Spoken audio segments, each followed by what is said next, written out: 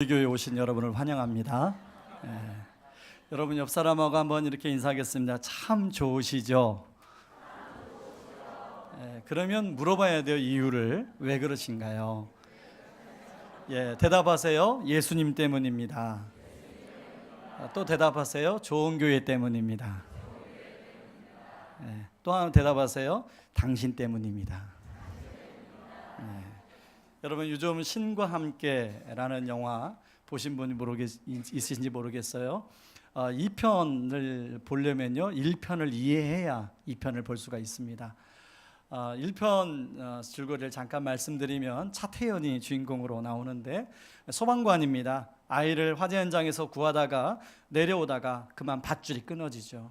아이는 살았는데 차태현은 그만 죽고 맙니다. 김자홍이라는 이름으로 나오죠. 이 김자홍 씨가 이제 저승사자가 와서 데려가려고 하는데 저는 아직 때가 아닙니다. 저는 아직 때가 아닌데 바로 저에게는 말을 하지 못하는 노모가 있습니다. 지금 저를 데려가시면 노모는 누가 돌봅니까? 다행히 그 영화에 보면 7개의 지옥 심판이 잘 통과가 되면 살아날 수 있는 기회가 주어지는 스토리가 전개가 됩니다. 저는 이 영화를 우리 큰아이랑 가서 봤는데요, 중간중간에 흐느껴 우는 분들이 많더라고요. 저는 이 영화를 보면서 두 가지 참 새로운 생각들을 하게 됐는데, 평상시는 우리가 생각하지 못하는 이 심판에 대해서, 죄에 대해서 이 영화가 다루고 있구나. 이 영화의 그 속편이 죄와 벌이잖아요. 그리고 평상시는 현대인이 잘 생각하지 못하는 사후세계를 다루고 있어요. 여러분, 사후세계가 있습니까? 라는 질문을 하면 보통 세 가지 대답을 현대인들이 합니다. 첫 번째 대답은 사후세계가 있다는 것을 저는 믿습니다. 그런가 하면 두 번째는 사후세계에 가봐야 알지, 있는지 없는지 어떻게 알아? 라고 대답을 하는 사람이 있고요. 세 번째는 사후세계 같은 건 없지, 지금 현실이 중요하지, 이 땅의 삶이 중요하지, 그런 게 어딨어? 라고 대답을 하는 사람이 있습니다. 대표적으로 여러분 스티븐 호킹 박사가 그 대표적인 인물인데요, 그 스티븐 호킹 박사가 얼마 전에 타계했는데 타계하기 전에 이런 말을 했어요. 천국도 사후세계도 죽음을 두려워하는 사람들이 만들어낸 동화에 불과하다. 인간의 뇌는 컴퓨터와 같아서 컴퓨터가 꺼질 때 깜빡깜빡하고 꺼지는 것처럼 인간의 뇌도 죽을 때 깜빡깜빡하다가 꺼지면 그만이다. 여러분, 많은 젊은이들이 스티븐 호킹 박사 이야기를 듣고 굉장히 영향을 받았습니다. 우리가 읽은 성경 말씀에도 보면 사후세계가 없다라고 생각하는 사람들이 나옵니다. 여러분, 마가복음 12장 18절 말씀을 같이 한번 읽어보죠. 같이 읽습니다. 부활이 없다고 주장하는 사두개파 사람 몇 명이 예수님께 왔습니다. 다시 읽죠. 그리고 예수님께 질문을 했습니다. 여러분, 그 당시에는 유대 사회에 세 학파가 있었는데, 하나는 에세네파가 있었고요, 또 하나는 바리새파가 있었고, 또 하나는 사두개파가 있었습니다. 에세네파는 은둔주의자이기 때문에 성경에 나오지 않습니다. 근데 바리새파들은 구약의 말씀을 문자적으로 잘 지키고 순종하면 하나님의 때에 메시아를 통하여 우리나라를 다시금 다윗과 솔로몬 시대와 같은 그런 나라로 회복시켜 줄 거라고 믿었던 사람들입니다. 상당히 경건지향적이죠. 그래서 로마 사람들이 자기 나라를 다스리는 것을 별로 달갑게 생각하지 않았습니다. 그런가 하면 사두개인들은 구약 중에서도 모세오경만 믿었습니다. 모세오경 중에서도 특별히 신명기 28장의 축복에 대한 말씀, 모세오경 안에는 부활도 나오지 않고 또 영생이라는 단어도 나오지 않기 때문에 부활이라는 것은 없다. 이 땅에 사는 삶이 중요하지 부활이 어딨냐.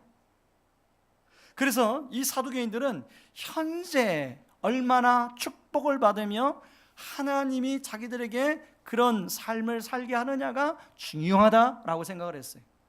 당연히 그러다 보니까 친노마적이었습니다.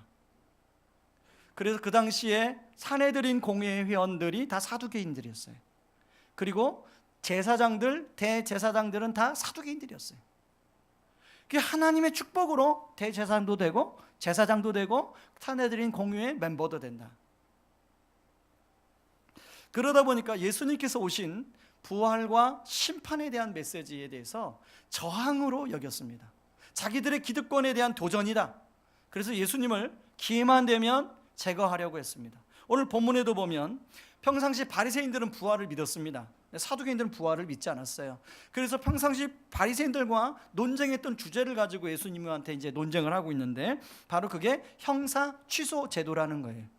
신명기 25장 5절 6절에 보면 나오는데 형이 형수와 결혼했는데 자식이 없어 죽었어요.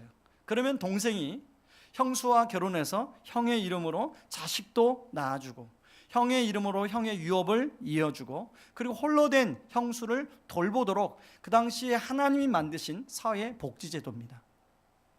이런 그 당시에 사람들을 배려하기 위한 이런 복지제도를 오늘 사두개인들은 지금 예수님을 바로 그 복지제도를 만드신 하나님이신 예수님을 공격하는데 사용하고 있더라는 것이죠. 오늘 본문에 보면 형이 형수와 결혼했는데 자식이 없이 죽었습니다. 그리고 그 동생이 또 그 형수와 결혼했는데 자식이 없이 죽었어요. 셋째 동생이 형수와 결혼했는데 자식이 없이 죽었어요. 그렇게 해서 일곱째 동생이 그 형수와 결혼했는데 자식이 없어 죽었는데 부활 때는 누구의 아내가 되겠습니까? 이게 핵심 질문이에요. 혹시 부활 때 누구의 아내가 될까요? 여러분 아세요? 참 난감한 질문이죠. 근데 예수님은 한치의 망설임도 없이 대답을 합니다. 여러분 마가복음 12장 25절을 같이 한번 읽어보시죠. 같이 읽습니다. 사람이 죽은 자 가운데서 살아날 때는 장가도 아니가고 시집도 아니가고 하늘에 있는 천사들과 같으니라. 가끔씩 목사님 천국 가면 우리 남편과 같이 계속 살까요? 이렇게 질문하는 분들이 계세요. 근데 그분의 표정을 보면 왜 질문하는지를 알겠어요. 그리고 어떤 분은 그렇게 목사님 부활 때 제 몇 살 때의 나이로 부활될까요? 이런 데 관심 있는 분들이 계세요. 여러분 오늘 성경에 뭐라고 말씀합니까? 우리가 부활 때는요 우리가 지금 생각하는 상상할 수 없는 존재로 우리가 변합니다. 천사와 같은 존재로 우리가 부활한다고 말씀하고 있어요. 여러분 그러니까 보톡스 그런 거 안 맞아도 돼요. 물광 피부 다 이런 물광 피부 됩니다. 대신 예수님은 사두개인들에게 24절에서 아주 중요한 말씀을 하죠. 24절 말씀을 같이 한번 읽어봅니다. 예수께서 이르시되 너희가 성경도 하나님의 능력도 알지 못함으로 오해함이 아니냐. 자 여러분 볼펜이 있으면 꺼내셔서 오해라는 단어에다 동그라미를 쳐보시기 바랍니다. 27절에도 오해라는 단어가 나오는데 오늘 본문의 핵심 단어입니다. 이 오해라는 단어는 플라이오라는 말인데 길을 잃어버리다, 헤매이다, 방황하다라는 뜻을 가지고 있습니다. 그 당시에 아까 대제사장이나 사내들인 공회의원들은 입법권을 가진 사람들이고요. 그리고 대제사장들은 국교가 유대교니까 이들은 재판권도 갖고 있어요. 단순히 종교만이 아니라 재판권도 갖고 있어요. 그러니까 사법부와 입법부를 사두개인들이 다 쥐고 있었어요. 여러분 그 당시에 리더들입니다. 그런데 그런 리더들이 많은 사람들이 볼 때는 정말 저 사람들 참 대단하다, 어떻게 저럴 수 있을까 했는데 예수님이 보실 때는 그들이 지금 길을 잃어버리고 있는 거예요. 그들이 지금 헤매이고 있는 거예요. 그들이 지금 방황하고 있는 거예요. 리더가 헤매고 방황하면 백성들이 당연히 헤매고 방황하죠. 왜 그럴까요?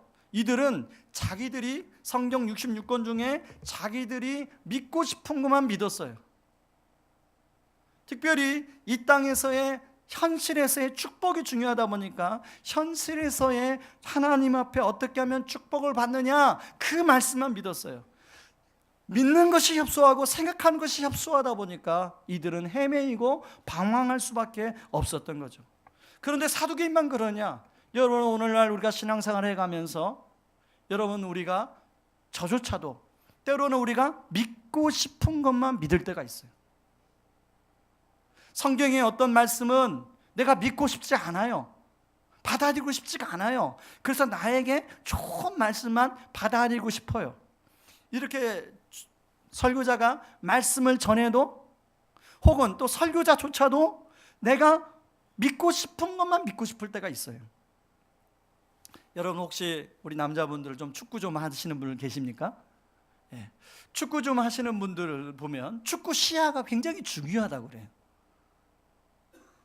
여러분 왕 목사님 축구 하시는 거 보셨습니까? 예, 왕 목사님이나 저나 축구 실력이 도찐 개찐입니다. 저 같은 사람은요, 축구 공이 저한테 오면 공의 시선이 100% 가요. 그래서 안 뺏기려고 그러다가 뺏겨요.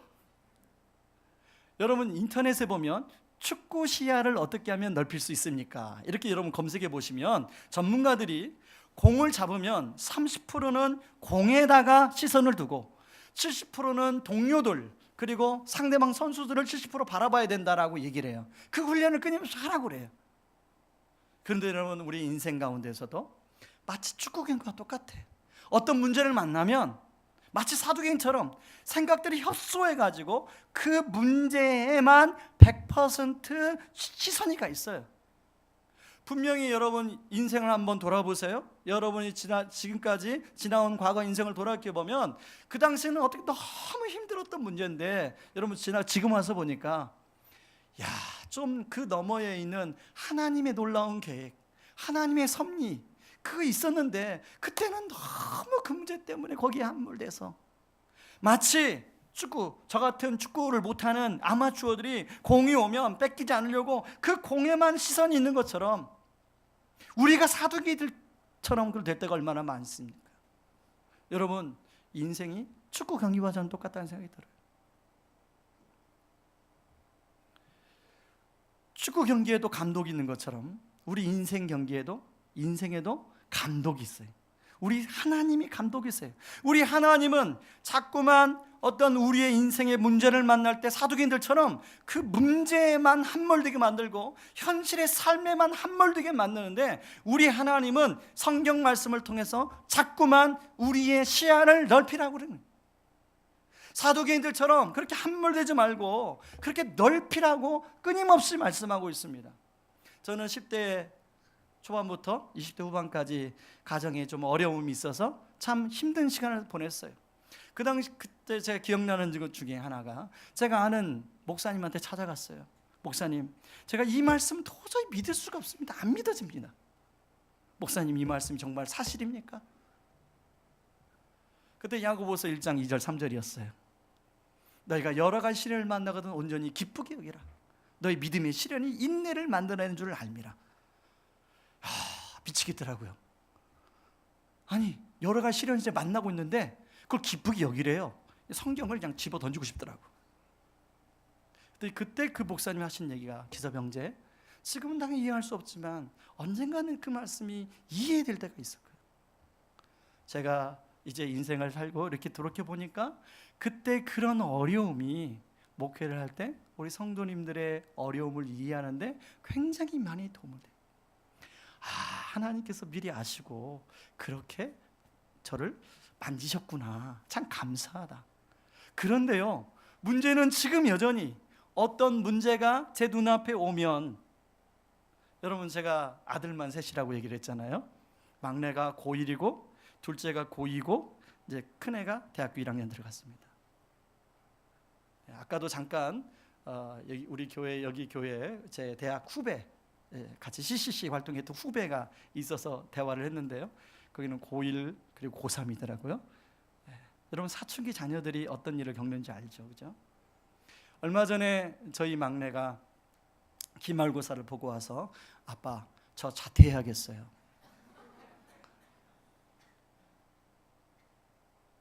자기 반에, 여러분 웬만한 대학에 들어가려면 적어도 1, 2등급을 맞아야 되잖아요. 근데 자기 반에 도저히 따라잡을 수 없는 넘사벽에 있는 애가 둘 있다는 거예요.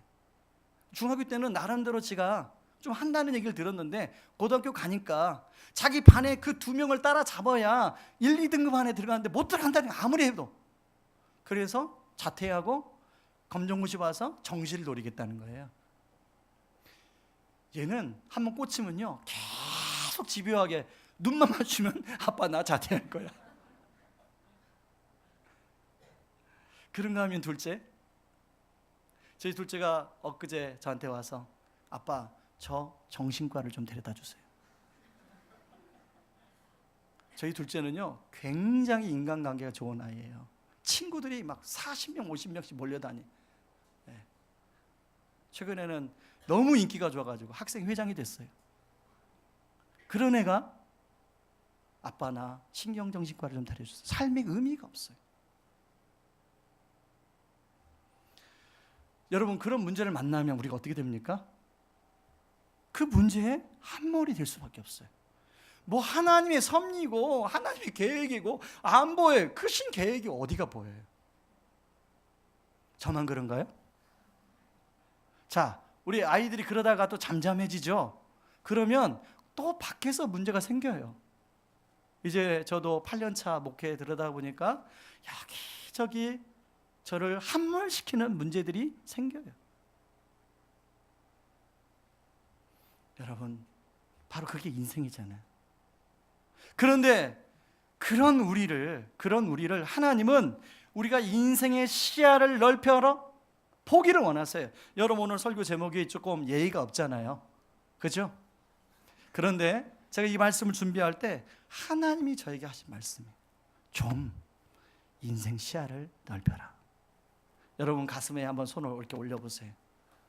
여러분 마치 하나님이 여러분에게 말씀하신다고 생각하고 눈을 감고 좀, 절 따라하세요. 좀 인생 시야를 넓혀라. 자, 그렇다면 여러분 인생 시야를 어떻게 하면 넓힐 수 있을까요? 저를 따라하시기 바랍니다. 하나님의 안경인 성경 말씀을 통해서. 여러분 출애굽기 3장 오늘 말씀 3장 2절 3절 말씀 한번 같이 보시죠. 같이 한번 읽어보겠습니다. 그곳에서 여호와의 사자가 떨기나무의 불꽃 속에서 모세에게 나타났습니다.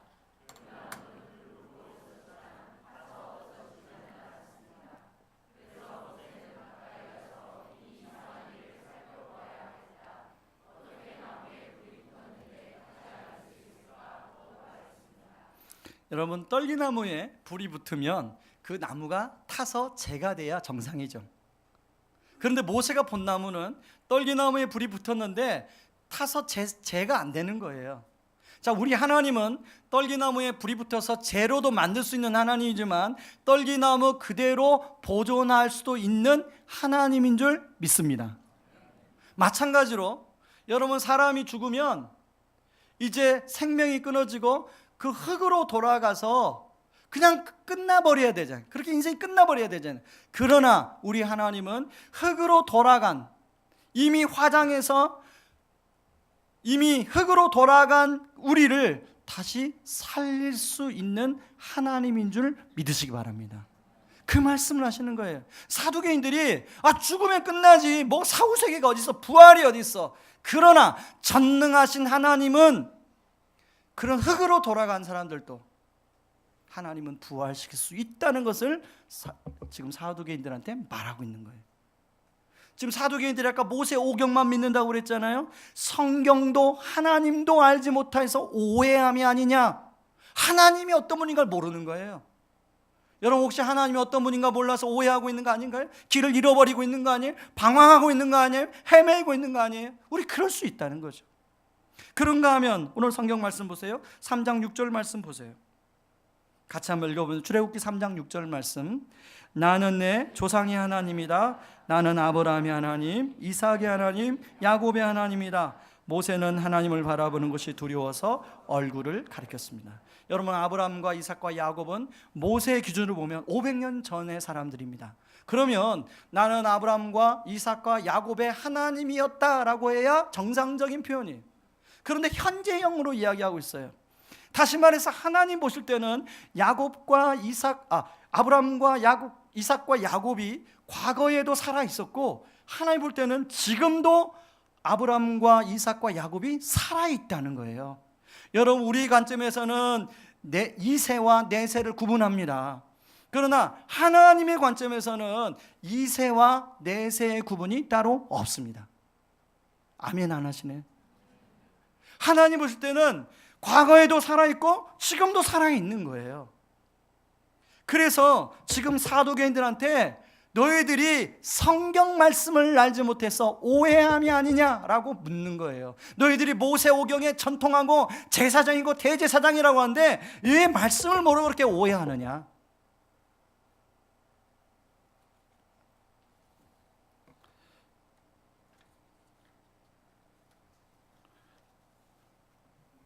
여러분, 사두개인들이 왜 그렇게 오해했을까요?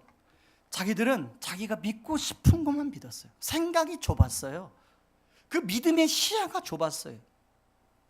여러분, 사두개인들은 아까 현실의 축복을 굉장히 중요하다고 생각했죠. 이 땅에서 사는 삶이 중요해. 여러분, 우리가 사후세계를 믿지 않으면요, 이 땅에서 사는 삶이 중요할 수밖에 없어요. 사람은요, 자기가 중요하다고 하는 생각에 에너지도 쓰고 그리고 물질도 투자합니다. 그렇지 않으세요? 우리 다 그래요. 사두개인들은 사후세계가 없다고 생각했기 때문에 이 땅에서 얼마나 축복을 받느냐가 중요했어요. 그런데 여러분의 삶으로 돌아가서, 우리들의 삶으로 돌아가서 이 땅에서 여러분이 열심히 애를 쓴다고 해서 막 얻는, 노력한 대로 다 얻어지십니까? 오히려 거기에 소망을 걸면 우리가 방황하고 헤매이고, 그리고 우리가 그렇게 기대했던 것이 실망으로 돌아올 때를 얼마나 많이 경험합니까?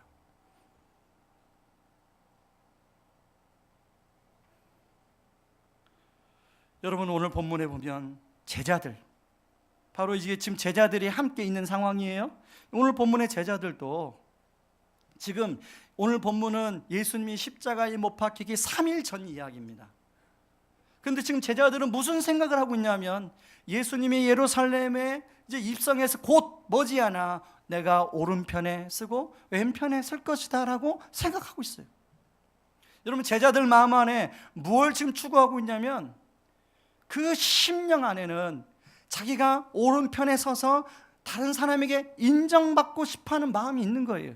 자기가 왼편에 서서 떳떳하게 자기 고향에 돌아가서 자기가 이렇게 됐다라고 사람들한테 자랑하고 싶은 마음이 있는 거예요. 거기에 온통 관심이 있어요. 그런 제자들에게 예수님이 뭐라고 말씀하십니까? 여러분, 다시금 마가복음 10장 32절 34절로 돌아가 보세요. 그 중에 여러분 33절 후반절 말씀부터 한번 읽어보겠습니다. 같이 읽습니다. 그들은 인자에게 사형을 선고하고 이방 사람들에게 넘겨줄 것이다. 이방 사람들은 인자를 조롱하고 침을 뱉고 채찍으로 때리고 죽일 것이다. 그러나 인자는 3일 뒤에 다시 살아날 것이다. 여러분, 지금 제자들이 곧 머지않아 3일 후면 이제 혼란이 올 거라는 그런 기대를 했는데, 오른편 왼편에 설 걸 기대했는데 3일 후면 그게 다 물거피 늘 거라는 걸 예수님은 아셨어요. 그러면 어떤 혼란이 있을까요? 그런 제자들이 혼란에 빠지지 않도록 3일 뒤에 다시 살아날 것을 말씀하고 있는 거예요. 여러분, 성경은 끊임없이 우리에게 부활과 재림에 대한 이야기를 하는데, 여러분, 우리는 이 땅의 것에 대해서 끊임없이 소망을 두고 살죠. 그런데 이 땅의 것에 소망을 두면 둘수록 그 소망을 둔 것 때문에 언젠가는 우리가 그것 때문에 실망합니다.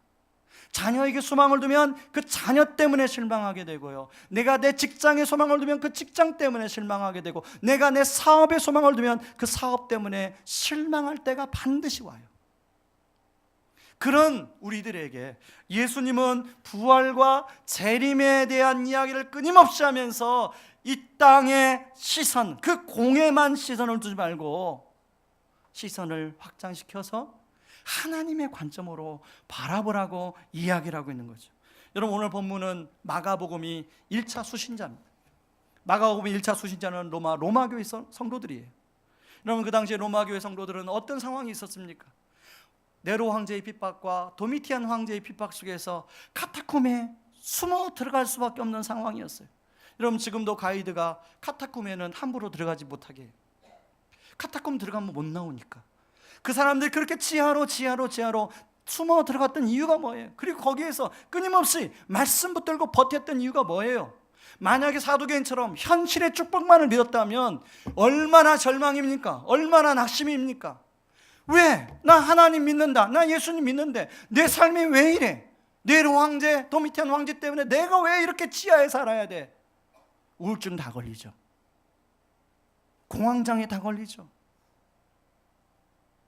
그런데 여러분이 말씀 붙들고, 바로 이 말씀 붙들고 부활에 대한 소망을 붙들고 재림에 대한 소망을 붙들었기에 그들이 그 지하 카타콤에서 버티고 견딜 수 있는 줄 믿으시기 바랍니다.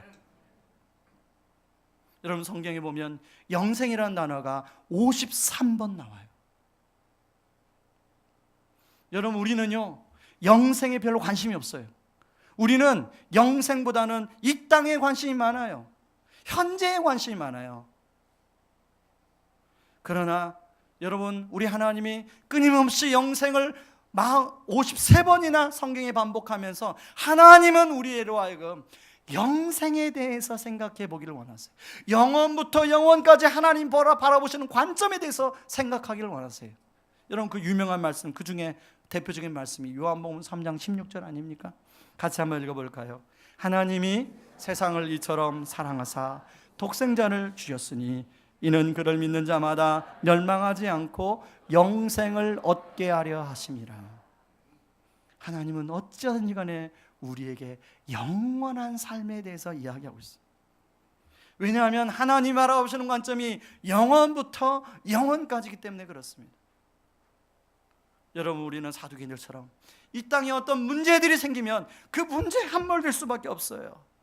그래서 자꾸만 문제에 함몰되다 보면 그 문제 때문에 낙심하고 절망하고 염려하고 근심에 빠져요. 여러분, 지난주에 그러지 않으셨습니까?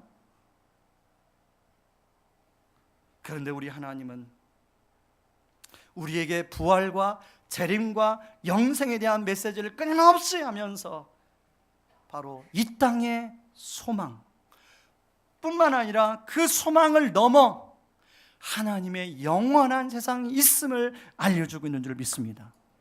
만약에 여러분, 우리에게 부활이 없고 재림이 없고 영생이 없다면 여러분, 우리가 이 땅에서 얼마나 절망하고 낙심한 것들이 얼마나 많은지 몰라요. 여러분, 정의란 무엇인가 책을 읽어보셨잖아요. 정의가 이 땅에 있습니까? 여러분, 이 땅에 정의가 있습니까? 정의는 만약에 예수님의 재림하지 않으면 이 땅에 정의는 없어요. 이 땅에 정의는 없어요. 예수님이 재림할 때 비로소 이 땅의 정의는 이루어집니다.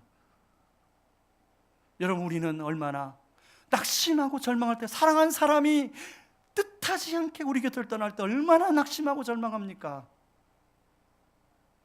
그때는 삶의 의미가 없어요.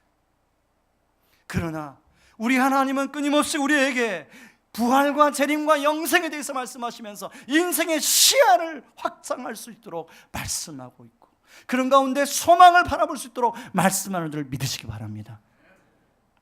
그렇다면 이런 인생의 시야가 넓어질 때 오는 유익이 있는데요, 바로 저를 따라하시기 바랍니다. 죽은 신앙에서 살아있는 신앙으로. 여러분, 27절 말씀을 보세요. 예수님이 이렇게 말씀합니다. 하나님은 죽은 자의 하나님이 아니라 산 자의 하나님이다. 이게 무슨 말씀이냐면, 여러분, 지금 사두개인들이 대제사장들이고 산헤드린 공회의원이었어요. 당시에 많은 사람들이 산헤드린 공회의원들, 대제사장들, 저 사람들은 정말로 살아있는 신앙을 하는 사람들이라고 생각했겠죠. 그러나 예수님 보실 때는 죽은 신앙이었어요. 더 이상 예수님이 그들을 죽은 신앙에 머무르지 말고 살아있는 신앙으로 나아오라고 지금 예수님은 초대하고 계신 거예요. 여러분, 살아있는 신앙이란 게 무엇입니까? 바로 오늘 아브라함과 이삭과 야곱을 통해서 말씀하고 있습니다. 히브리서 11장 8절 12절 말씀을 같이 한번 읽어보시죠. 같이 한번 읽습니다. 믿음으로 아브라함은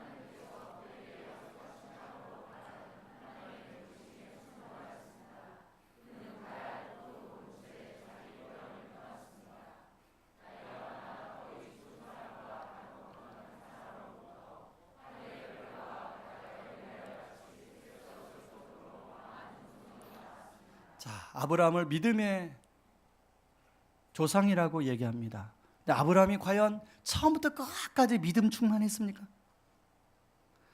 제가 알기로는 아브라함이 끊임없이 믿음에서 미끄러지고 넘어졌어요. 맞습니까?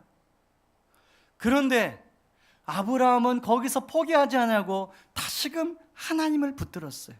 그랬더니 그 결과가 어떤 결과가 나와요? 나이가 많아 거의 죽은 사람과 다름없던 한 사람이었던 아브라함을 통해서 하늘의 별과 바닷가의 모래알같이 셀 수 없을 정도로 많은 후손이 나오는 은혜가 임하게 된다는 거예요. 이게 바로 살아있는 신학이라는 것입니다. 그런가 하면 여러분 창세기 26장으로 돌아가서 이삭이 이제 우물을 팝니다. 우물을 파면 와서 막아버리고, 우물을 파면 와서 막아버리고, 우물을 파면 와서 막아버립니다. 이것이 어떤 거냐면, 여러분 여기 사업하시는 분들 뭔가 사업을 위해서 열심히 에너지를 들여서 뭔가 될 듯하면 경쟁자가 와서 그것을 가져가 버리고, 직장에서 열심히 뭔가 하면 상사가 와서 그걸 가져가 버리고, 여러분 우리 취업을 준비하는 우리 청년들 100대 1, 200대 1의 경쟁력을 뚫고 들어갔는데 경쟁자가 나와서 그 자리를 차지해버리고, 그게 우물이 막혀지는 거예요. 그런 상황에 여러분 창세기 26장 28절 한번 읽어볼까요? 같이 읽어봅니다. 그들이 대답했습니다. 우리가 여호와께서 당신과 함께 하심을 분명히 보았으니 우리 서로 맹세하고 언약을 맺으시다. 이게 누가 말하냐면 아비멜렉 장군이 와서 하는 얘기예요. 내가 가만히 보니까 이삭, 너를 보니까 하나님이 너와 함께하는 것 같아. 제발 나랑 계약을 좀 맺어다오.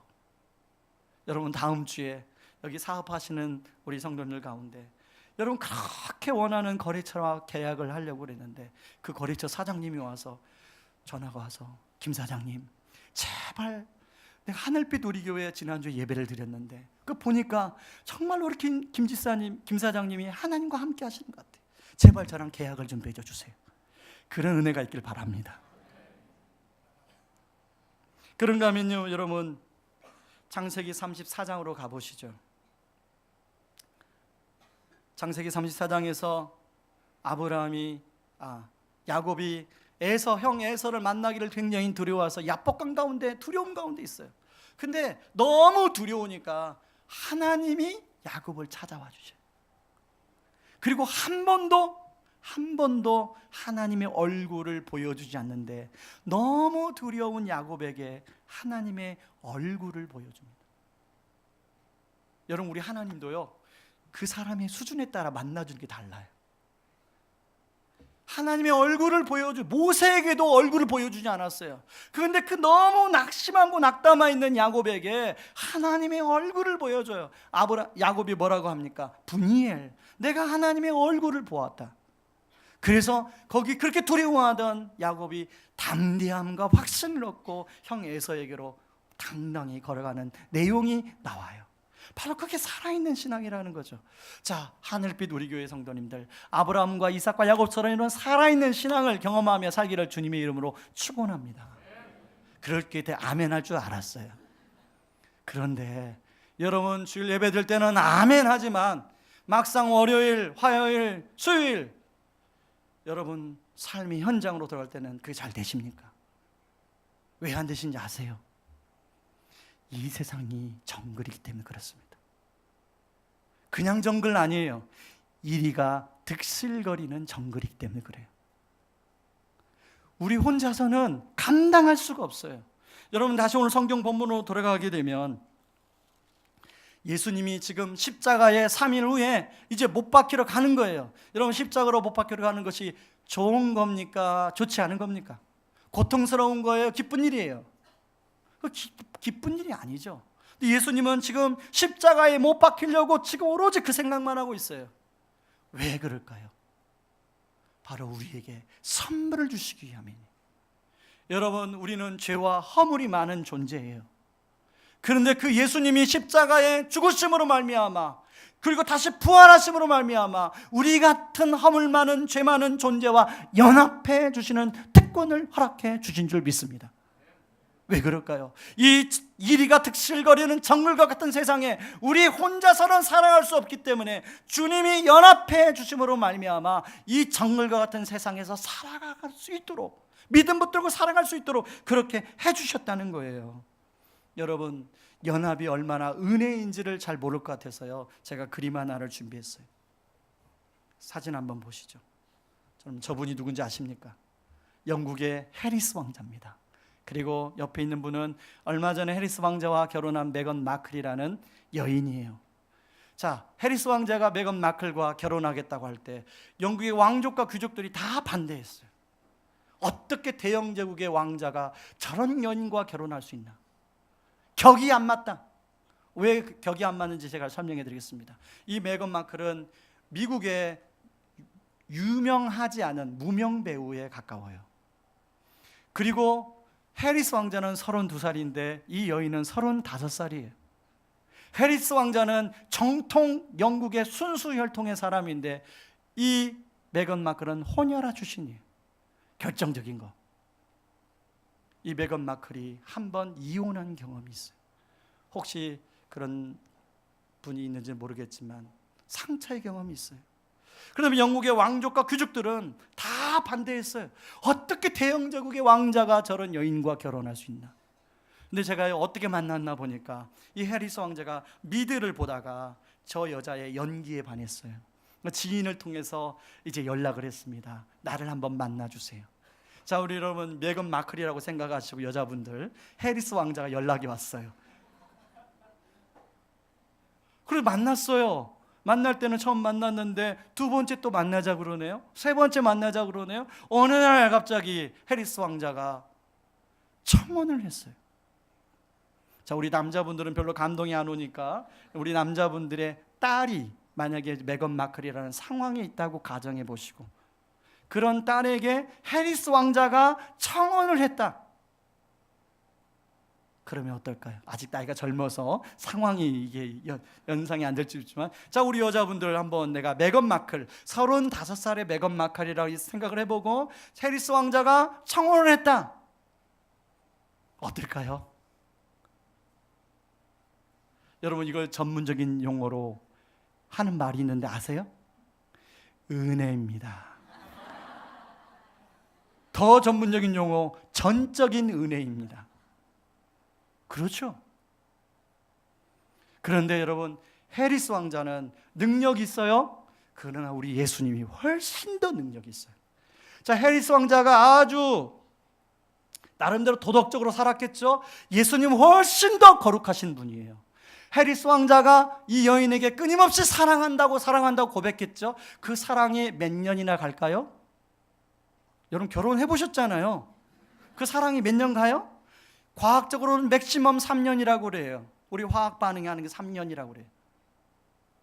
여러분, 그러나 우리 예수님은 의를 위해서 이미 사랑한다고 자기 목숨을 내어주시고, 그리고 성경에 끊임없이 너희들을 내가 영원히 떠나지도 버리지도 않겠고 영원히 사랑하겠다고 말씀해주고 있는 줄 믿으시기 바랍니다.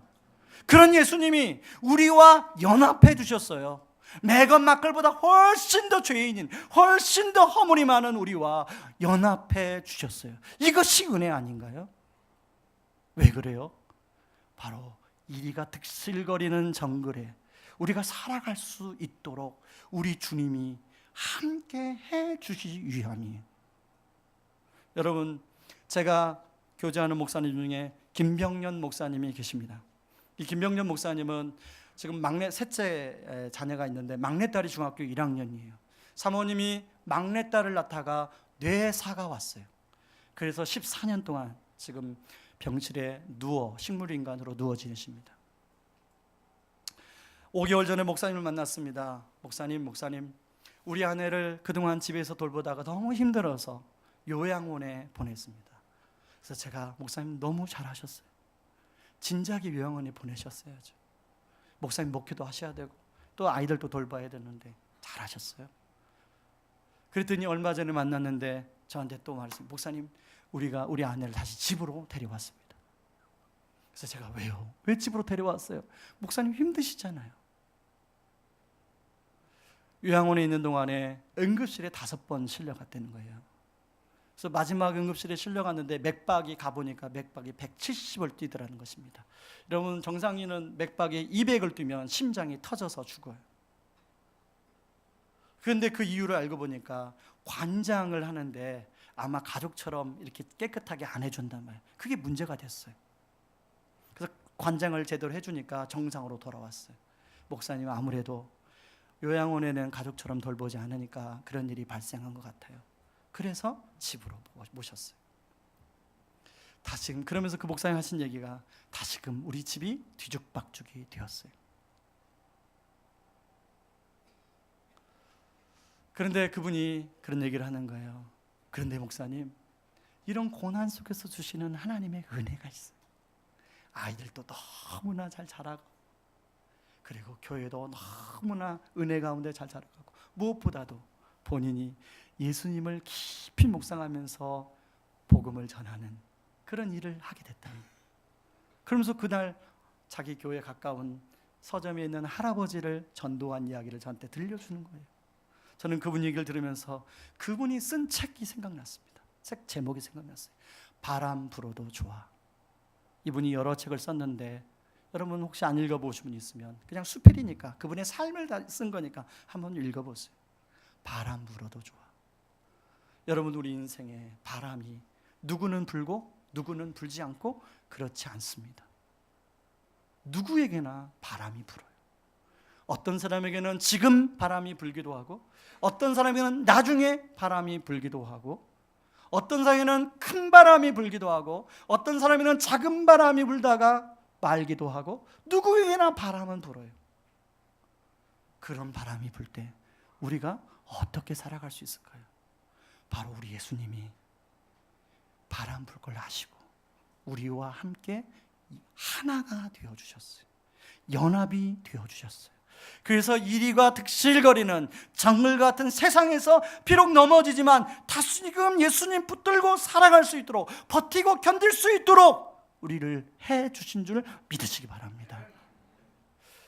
오늘 우리 끊임없는 바람 속에서 하늘빛 우리 교회 성도님들, 이 예수님의 연합하신 그 마음을 붙들고 내가 아니라 예수님과 함께 그 바람을 헤쳐가기를 주님의 이름으로 축원합니다. 우리 같이 한번 찬양을 할 때 오직 예수뿐이네 찬양을 하겠습니다. 우리